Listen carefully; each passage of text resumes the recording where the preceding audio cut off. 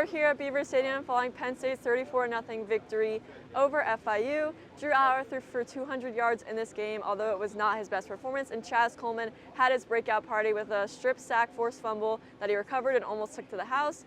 Overall, Will, what were kind of your reactions to the game? Yeah, so it was a 34-0 game, and Penn State did improve to 2-0 on the season, but our big issues, it was FIU. It wasn't that great of an opponent, and they kind of looked kind of pedestrian at times. They went 3 for 12 on third downs, and really the passing game kind of was inconsistent and kind of caused their inefficiencies on third down. But of course, there was some really bright spots, like Devontae Ross scoring his first touchdown as a Nittany Lion. It was a 42-yard strike from Drew Aller late in the third. But yeah, they won, but it's like there's definitely some stuff that can be cleaned up upon, and James Franklin kind of touched on some of that stuff post-game. Yeah, I definitely think third down was an issue. I also think they still struggled in the red zones, especially they just struggled in FIU's territory in general. They had 9 straight drives to start the game where they made it into FIU territory, and they just didn't capitalize on those opportunities. Ryan Barker got blocked on a 53-yard field goal. James Franklin kind of talked about it post-game, how he wasn't really happy with the blocking on that.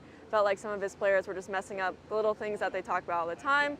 But overall, also, Luke Reynolds kind of emerged as a top target for Drew Aller. He had 7 catches for 58 yards today. Obviously, Khalil Dinkins has kind of been the tight end one, but he's only had 2 catches this season. He did score a touchdown today, and that makes it 6 touchdown catches for him across 25 career catches, an insane ratio there. But it does look like Reynolds is making a push to kind of be that tight end one. Do you think, Will, that Reynolds could end up taking over that starting job? Yeah, I mean, what we saw today is kind of like how Penn State could end up using both their top 2 tight ends this season. I mean, Dinkins red zone targeted, we've seen that before, but it's like they got Reynolds out in space, out on out routes, just got him out in space, just get him the ball and maybe make a play to gain a first down. But yeah, it's definitely like a blueprint of how they're going to use Dinkins and Reynolds in their offense at the same time. Mm-hmm. Reynolds did flash for Devontae Ross did flash. But overall, Drew Aller's performance was really not that great. Last week was kind of showed why people have him as a top quarterback